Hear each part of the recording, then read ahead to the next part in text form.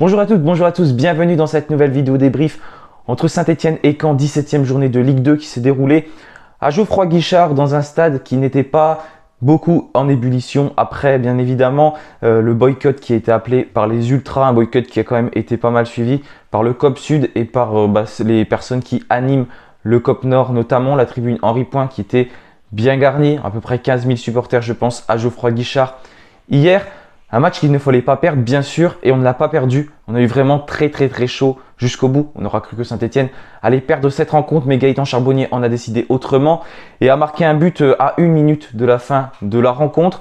Un match qui n'était pas du tout ennuyant à regarder. J'ai revisionné le replay ce matin, parce que comme je vous avais dit, je ne pouvais pas regarder le match correctement dans de bonnes conditions en direct, et je pense que c'est pas plus mal de l'avoir revisionné, parce que déjà j'ai pu me faire une première idée quand j'ai regardé rapidement le match hier en direct, et là vraiment de le regarder à tête reposée, j'ai pu mieux analyser la rencontre, mieux me mettre en tête ce qu'il s'est passé, parce que tout n'a pas été mauvais. C'était un match qui était très bon, j'ai trouvé.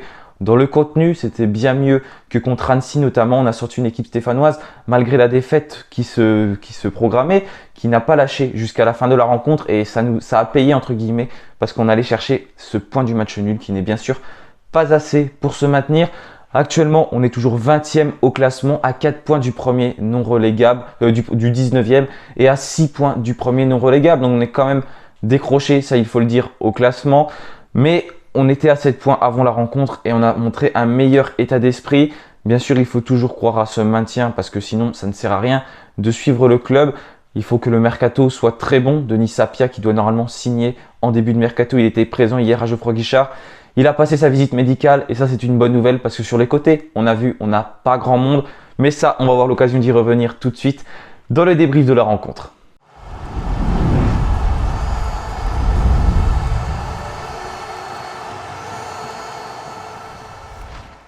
Donc voilà, des choix forts ont été faits par Laurent Batles. Et je vous avoue que la composition, elle me faisait vraiment très peur. Il y a toujours des choix maintenant que je ne comprends pas. Déjà, au cage, Boubacar Fall, vous le savez, je ne suis pas forcément pour changer de gardien comme ça. Mathieu Drière qui n'était même pas dans le groupe, première surprise. Laurent Batles n'a pas voulu vraiment s'exprimer à ce sujet. Je pensais quand même que Etienne Green allait jouer parce qu'il était dans le groupe, mais Boubacar Fall a pris donc cette place d'Etienne Green. Il n'a pas fait un mauvais match, ça il faut le souligner. Sur le but, il n'y peut rien. Sur le but de Caen, c'est un penalty et il avait plongé du bon côté. Il y a 2-3 relances au pied qui laissent à désirer, mais bon, ça c'est chez tous les gardiens stéphanois. Après, il n'a pas eu vraiment à s'employer dans l'ensemble. Il a fait quand même un match plutôt cohérent, un match plutôt propre. Il était assez rassurant dans ses sorties aériennes notamment. Il a fait l'arrêt décisif en fin de match, même si cette frappe, elle était un peu écrasée, mais il était quand même là. Donc un bon match de Boubacar Fall. Si je ne voulais pas le lancer, moi, c'est tout simplement pas parce que je ne crois pas du tout en lui. Bien au contraire, je sais que c'est un bon gardien, voilà, qui joue très bien avec la réserve. Un grand gardien 1m98 et qui est quand même assez vif. On l'a vu sur ce penalty, n'était pas très loin de le prendre. Mais en fait, tant que la défense n'est pas stable, je n'ai pas envie qu'on le mette, parce que mentalement, ça peut être très dur pour lui si on subit beaucoup d'occasions. Hier, on a eu de la chance d'avoir un Caen qui était très inoffensif. Mais on a vu, même défensivement, on arrive toujours à se faire peur, notamment en première mi-temps. J'ai fait 2-3 captures d'écran, on y reviendra à la fin de la vidéo. Mais sur quelques occasions, une nouvelle fois, on s'est fait déborder sur les couloirs. Donc il y avait 2 couloirs. Il y avait celui de Léo Petro à gauche qui était donc avec Mathieu Cafaro. J'ai bien aimé ce couloir gauche. Et couloir droit, c'était un peu plus compliqué avec Bakayoko qui était donc sur ce côté droit, et Dylan Chambaud qui a été transparent durant l'ensemble de la rencontre. On ne l'a vraiment pas beaucoup vu, Dylan Chambaud. Et du coup, la composition, c'était Boubacar Fall au cage. C'était un 4-1-4-1. Voilà, c'était un 4-1-4-1 qui s'est transformé en 4-4-2 quand Jean-Philippe Crasso est rentré en jeu, donc vers la 55e minute, et qui ensuite s'est retransformé en 4-3-3 au moment où on a eu Charbonnier, Wadji et Jean-Philippe Crasso qui étaient devant. Donc sur le côté gauche, c'était Léo Petro, comme je l'ai dit. En défense, c'était Anthony Briançon qui est malheureusement sorti sur blessure. J'espère qu'il va pouvoir revenir très rapidement, parce qu'on a 10 jours de coupure quand même. Il avait un cocard sous l'œil, donc à mon avis ce n'est pas trop grave. Il va pouvoir revenir pour la prochaine rencontre. Dans 10 jours maintenant, une nouvelle fois Geoffroy-Guichard contre Laval.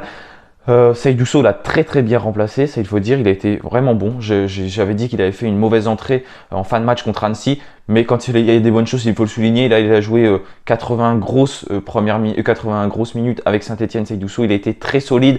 Aux côtés de Nadé, pareil, assez solide, même si il y a eu quelques erreurs qui auraient pu nous coûter cher, mais finalement, il s'est bien rattrapé. Et à droite de cette défense stéphanoise, on pouvait retrouver quelqu'un qui n'est pas du métier dans ce poste de latéral droit, c'est Abdoulaye Bakayoko et qui a du coup été mis en difficulté. Un gros bricolage de fait de la part de Laurent Batles. Et Mouefek a pris sa place d'ailleurs quand Crasso est rentré. C'est ce que j'avais mis dans ma composition. J'ai bien mieux préféré Mouefek qui dépannait côté droit. Parce qu'au contraire, quand dans ce 4-1-4-1, on retrouvait Mouefek entre la défense et le milieu de terrain, là on l'a beaucoup moins vu. Il avait un grand espace pour lui tout seul. Mouefek, c'était très compliqué. Et je trouve que ça n'a pas servi à grand chose. Il avait déjà joué dans ce rôle-là contre Annecy, ça n'avait pas marché. Voilà, ça déjà c'est un premier choix tactique que je n'ai pas compris de la part de Laurent Batles. Pourtant la première mi-temps n'a pas été mauvaise, c'est sûr, mais quand Caen avait quelques attaques, on était toujours en difficulté. Je pense que c'est aussi dû à ce milieu de terrain avec Mouefek qui était donc entre les deux lignes. On pouvait retrouver aussi plus au milieu de terrain, donc sur les côtés, Mathieu Cafaro côté gauche. Côté droit, on pouvait retrouver un autre joueur qui a plutôt pas montré grand chose, qui a été très décevant. C'est Dylan Chambaud qui a pris ce brassard de capitaine. Au contraire de Victor Lobry qui l'a pas mal aidé aussi sur ce flanc droit et qui lui a beaucoup mis d'intensité. C'était un peu plus compliqué dans le dernier quart d'heure, même si du coup il est passeur décisif sur le but de Gaëtan Charbonnier. Et puis Bouchouari, franchement Bouchouari, excellent match. C'est un joueur qui montre de très belles choses déjà contre Annecy. Il avait un petit peu été un des meilleurs milieux de terrain. Et là, franchement, Bouchouari, très bon balle au pied. Voilà, je l'ai peut-être trouvé un cran trop bas, comme j'avais dit dans ma composition, parce que je pense qu'il peut jouer plus haut pour créer du jeu. Et là, voilà, Bouchouari, c'est un joueur qui montre de belles choses. Il avait été un petit peu plus décevant il y a quelques temps avant la Coupe du Monde, mais là, il faut le dire, il revient très bien et c'est lui qui est le meilleur élément milieu de terrain, peut-être un poil devant même Victor Lobry. Et en attaque, Gaëtan Charbonnier qui était vraiment très esselé. En début de rencontre, on ne l'a pas beaucoup trouvé et ça c'est peut-être parce que, comme je l'ai dit, Bouchouari était aussi un cran trop bas pour moi. Victor Lobry a également été un petit peu au pressing devant, on va dire, avec Gaëtan Charbonnier. Il a joué assez haut en première mi-temps, donc c'était un 4-1-4-1 qui pouvait rapidement se transformer en 4-4-2 sur quelques phases de pressing, notamment pas trop des phases offensives, mais des phases de pressing. Donc voilà pour cette composition de la part de Laurent Batles. En première mi-temps, on subit les premières occasions quand même, il faut le dire. On n'a pas eu de tir cadré, je crois, en première mi-temps. Il doit arriver à la 60e minute, ce premier tir cadré.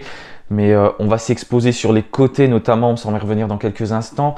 Et ça passe sur des contres, alors que Caen est assez inoffensif. On voit que voilà, sur les côtés, on coule parce qu'on n'a pas des joueurs de métier tout simplement dans ces couloirs. Et puis il y a ce penalty qui va arriver à la 15e minute. Au moins on a tenu 15 minutes déjà avant de prendre un but, c'est une bonne chose. Et une nouvelle erreur, Bakayoko qui se fait totalement dépasser par son vis-à-vis. Ça fait penser au but un peu d'Annecy, même si ce n'est pas la même occasion parce que ça part d'une touche. Mais une nouvelle fois on est dépassé sur le côté. Et Bakayoko, il n'y a rien à dire, il fait faute, il le tient par le maillot. Et puis voilà, il n'arrive pas à arrêter ce joueur avant la surface de réparation. Et ensuite Mendy qui va faire justice à son équipe et qui va inscrire ce penalty. Boubacar Fall était parti du bon côté et malheureusement ça ne suffit pas. Saint-Etienne qui court une nouvelle fois après le score. Comme d'habitude, Saint-Etienne subit. Saint-Etienne a une possession de balle après qui est plutôt stérile, il faut le dire. Mais il y a quand même des joueurs qui combinent bien, qui se trouvent bien. On est un petit peu plus entreprenant offensivement et on arrive à mettre un peu plus en danger quand même si ça ne file pas au but. Mais on voit ça combine très bien sur les côtés, notamment entre Léo Petro et Mathieu Cafaro, Benjamin Bouchouari, Victor Lobry. Et comme je l'ai dit, Dylan Chambaud qui était un petit peu plus en retrait, un petit peu moins bon. Mais voilà, franchement, une belle équipe. Après, il faut en parler aussi quand même, je suis obligé, j'aime pas dire ça, mais l'arbitrage, catastrophique durant la rencontre. Des fautes qui sont sifflées. Je ne comprends pas, déjà en début de match, il y en a plusieurs comme ça qui sont sifflés. C'est pénible de siffler, de couper des occasions comme ça, de mettre faute pour l'adversaire. Alors je crois en début de match, il y a une faute, elle est pour nous. Et c'est eux qui se retrouvent avec un coup franc. Ça, c'est un petit peu énervant de voir ça. Bon, il faut le souligner aussi, hein, de notre côté, on a eu chaud parce qu'à un moment donné, en début de deuxième mi-temps, il y aurait pu avoir un autre penalty pour Caen parce que Léo Petro touche ce ballon de la main qui est décollé là vers l'arrière. Là, il y aurait pu avoir penalty. Il y en a eu des penalties sifflés pour moins que ça.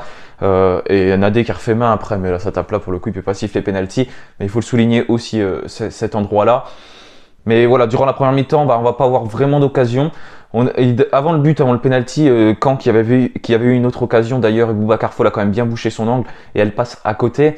Mais voilà, sur 2-3 occasions, c'est Caen qui a été les plus dangereux. Une nouvelle fois, une possession de balle stérile, même si c'était vraiment agréable à avoir joué parce que j'ai pris du plaisir durant cette première mi-temps. Les joueurs qui se trouvent en une touche de balle, même ça jouait plus rapidement que d'habitude. Je sais pas, on a senti quelque chose qui se créait durant cette rencontre. Bon, j'ai l'impression de dire ça à chaque fois et hop, à chaque fois on retombe dans nos travers. Mais voilà, on sent quand même que cette équipe, elle a une flamme, elle a une petite étincelle, elle peut faire quelque chose. Il nous manque juste de la réussite offensivement. Et en deuxième mi-temps, ça a été un petit peu mieux. Après, avec cette tentée de Jean-Philippe Crasso, voilà, ça c'était un autre choix que je comprends pas. Pourquoi Crasso ne débute pas la rencontre? Comme si on pouvait se priver du meilleur buteur, du meilleur passeur de Ligue 2. Il revient et on attend le dernier tiers du match pour faire rentrer Jean-Philippe Crasso et changer un petit peu de système en passant en 4-4-2. Et le fait de faire rentrer Crasso qui rentre à la place de Bakayoko, je crois, ça fait que Mouefek donc, est passé côté droit. Ensuite, on a Bouchouari qui a pris plus la place de Mouefek, mais bon, on est plus passé en 4-4-2, donc il était un peu moins défensif. Ça, c'est pareil, je sais pas si c'était une bonne chose. J'aurais préféré que Bouchouari reste un peu plus offensif pour aider nos attaquants. Et puis Crasso qui donc était aux côtés de Gaëtan Charbonnier. Et ça, le duo, on l'a pas trop vu combiner ensemble, ça il faut le souligner. Mais il y a quand même un peu plus de danger qui s'est mis avec Gaëtan Charbonnier. Lui, il tente au moins. Il tente de frapper, ça c'est bien. Il a la balle, il tente. Il n'a pas toujours été en réussite, mais au moins, c'est un joueur voilà, qui tente, qui montre qu'il a plus de ballons que les autres, qui montre qu'il est au-dessus. Bon, j'ai envie de dire, avec le salaire qu'il a, heureusement qu'il est au-dessus. Hein. C'est le meilleur buteur de Ligue 2 actuellement. Mais au moins, il tente. Voilà, si on ne tente pas, on ne sait pas si on va marquer, c'est cadré. Et en fin de match, ça a payé avec c'est un peu un but au raccro, hein, il faut le dire. Un premier centre de Léo Petro qui trouve Victor Lobry qui se rate et Gaëtan Charbonnier, un vrai numéro 9 bien placé et qui inscrit ce but. Voilà, donc l'égalisation elle est vraiment méritée, il faut le dire, hein, on ne méritait pas de perdre cette rencontre. On a été au-dessus de Caen qui est quand même été assez faible, mais qui pour autant est dans la première moitié du tableau de Ligue 2. Donc déjà contre Bastia, ça avait été dur pour eux qui avaient pris un but à la dernière minute. Et aujourd'hui, c'est encore une fois mérité cette égalisation de la part de Saint-Etienne. Il y avait beaucoup de mieux dans le jeu, ça je l'ai dit. Malheureusement, sur les coups de pied arrêtés, c'est là qu'on n'est pas bon. Mathieu Cafaro, j'ai loué son bon match, mais sur les coups de pied arrêtés, ça a été très difficile. Ça finit dans le mur, ça finit au-dessus. Les corners, ils ne sont pas du tout dangereux, même si on n'en a pas eu 50 000. On a essayé de combiner à deux. À un moment donné, on combine à deux, c'est pareil, mais on dirait que les joueurs, ils ne s'entendent pas. Ils perdent le ballon. Il y a vraiment des grandes choses à travailler, des grands axes d'amélioration sur ces coups de pied arrêtés. Parce que voilà, il y a des équipes, quand elles ont du mal dans le jeu, elles marquent sur les coups de pied arrêtés. Ça avait été notre fort à un moment donné sous Claude Puel. Et aujourd'hui, ça n'est plus du tout le cas. C'est au niveau des coups de pied arrêtés qu'on est les moins bons. Et au contraire, à chaque coup de pied arrêté de Caen, on souffle et on souffre. Parce que on ne le reprend jamais le ballon. C'est vraiment des gros axes d'amélioration, hein, parce qu'à chaque fois sur tout ça, on est toujours mis en grande difficulté sur que ce soit des corners ou des coups francs des équipes adverses et que ce soit n'importe qui, hein, n'importe quelle équipe. Ça, c'est vraiment quelque chose qu'il faut travailler. Voilà, maintenant on va passer à la dernière partie de la vidéo. Je voulais revenir sur quelques actions de Saint-Etienne, quelques actions qu'on a faites et quelques actions qu'on a subies. Alors premièrement, je voulais revenir sur une des premières actions du match. Au bout de 11 minutes de jeu, je voulais montrer on avait des difficultés sur les couloirs. Regardez une nouvelle fois, là on retrouve 4 joueurs stéphanois qui sont à peu près dans le même espace, même 5. Si on met, ça doit être Seydousso qui est à cet endroit-là du terrain. Et là, on retrouve un joueur qui est tout seul dans son couloir. Alors que voilà, les deux joueurs qui sont censés être plus dans le couloir, c'est Léo Petro et Mathieu Cafaro qui sont donc juste ici. Et ça, c'est une des premières occasions dangereuses que Saint-Etienne va subir. Regardez, le ballon qui est donné dans le bon tempo. On est une nouvelle fois en retard. Ça combine très très bien. Une nouvelle fois, il y a un grand espace de laisser là. Et le ballon qui va arriver très facilement dans cette zone-là du terrain. Voilà, c'est des marquages qu'on a l'habitude avec Saint-Etienne. J'avais déjà montré ça la dernière fois dans la vidéo que j'avais faite. Mais voilà, une nouvelle fois, on subit. Et là, il y a un bon centre. Un autre joueur qui se retrouve tout seul ici. Je parlais du marquage catastrophique de la défense stéphanoise. entre Bakayoko qui ne joue pas à son poste, donc je peux pas lui en vouloir parce que Bakayoko latéral droit, c'est pas son poste tout simplement. Il a montré qu'il était bon en défenseur central. Quand il faut dépanner comme ça, on peut pas forcément vouloir aux joueurs qui n'a pas l'habitude de jouer à cette position-là. Mais du coup, voilà, ça c'est une des premières occasions dangereuses. C'est l'occasion qui passe juste à côté du but de Boubacar Fall. Ils ont réussi à se trouver dans la surface de façon assez facile, alors que le joueur là, pour le coup, c'est pas facile de le trouver non plus. Mais il a la balle. Les 3-4 joueurs stéphanois, 5 joueurs, regardez le nombre de joueurs stéphanois qui se retrouvent dans cette zone. C'est impressionnant si on compte le gardien. 1, 2, 3, 4, 5, 6, 7. 7 joueurs de l'équipe de Saint-Etienne se retrouvent dans cette zone. Et c'est pourtant l'avant-centre qui va récupérer le ballon et qui va heureusement tirer à côté. Donc là, c'est le penalty. C'est un petit peu la même chose. Bakayoko qui va se faire totalement déborder sur son côté. Regardez. Il est pris de vitesse, alors qu'on part quand même d'une situation de touche. Il est pris de vitesse, ça court. Et là, il ne sait pas quoi faire. Comment je fais? Est-ce que je dois faire faute? Est-ce que je dois pas faire faute? Malheureusement, il ne sait pas trop. Il tire le maillot. Et ça, c'est faute. Le joueur, il tombe, il n'est pas dupe. Et le penalty, il est mérité. Regardez, voilà. Le maillot qui est pris et il tombe. Il n'y a rien à dire sur cette action là pour le coup. Il y a penalty pour les Canets, mais une nouvelle fois, une grosse erreur de marquage sur les côtés de la part de Saint-Etienne. Malheureusement, voilà, ce penalty, il finit au fond des filets. Boubacar Fall qui a plongé du bon côté, qui a attendu le dernier moment avant de plonger. J'ai pensé fortement à Etienne Green sur cette action. Contre Nîmes, son premier match avec Saint-Etienne, où il arrête ce penalty. J'ai dit, fais pareil. Malheureusement, ça n'a pas été le cas. Voilà, ça, c'est dommage pour Fall. Ça l'aurait vraiment mis dans son match. Ça aurait été incroyable. Je sais même pas, il doit toucher ce ballon quasiment. Il ne passe pas loin.